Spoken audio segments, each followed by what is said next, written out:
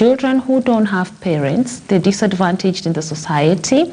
How do we handle them so that we don't lose those?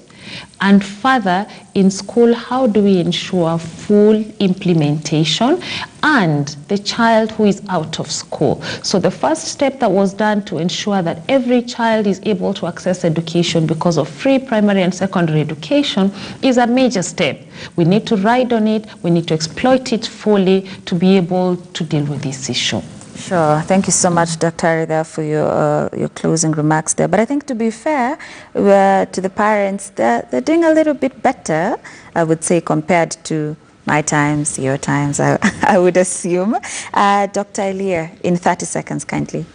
Yeah, I think certainly parents need to do better. It's not a responsibility they can just shift to teachers.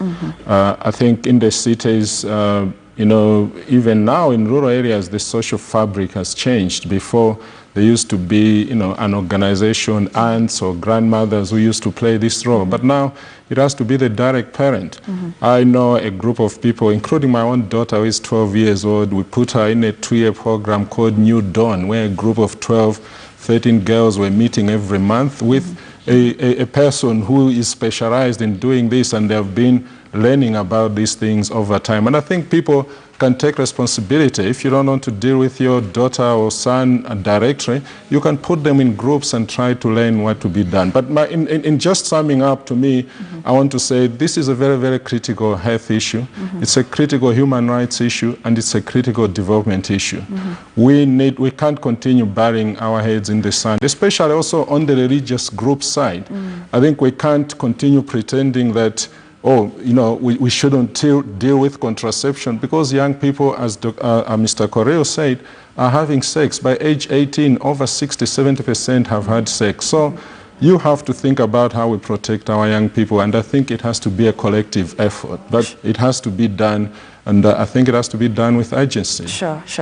Mr. Kigen, 30 seconds, kindly. All right. Really need to wrap up. I think for me, two things. One, we need to continue the conversation. We need to scale it up, but just now shifting focus from what we are having right here into really policy implementation. Policies must be accompanied by the relevant resources to make sure that it's actually implemented accordingly. And most importantly, for the parents, I think they need to keep tabs with the progress of their children. There needs to be that strengthened relationship so that you are able to know what is happening at what point. And lastly, we need to invest in making sure then that those who drop out of school are able to go back, because there is a clear policy on the same, but then that has to be deliberate, and we must make sure then that at least everyone subscribes to that. Thank you. Sure. Brenda, utambiaje marafiki wako ambao pengine wanakutazama, wasichana kama wewe, ili pengine wasikue katika ile hali ambao ulijipata huko katika sekunde 30 tafadhali? Mimi naambia wasichana wadogo kama mimi, kama umepewa chance ya kwenda shule, enda shule. Kama umepata mzazi mwenye ako na wewe, uko na wazazi wote, na wanataka kuprovide shule, uenda shule, usicheze. Naambia hivyo. Wow. Enda shule usicheze. You had it there from Brenda. Thank you so much, Brenda Ooko, 18 ma'am.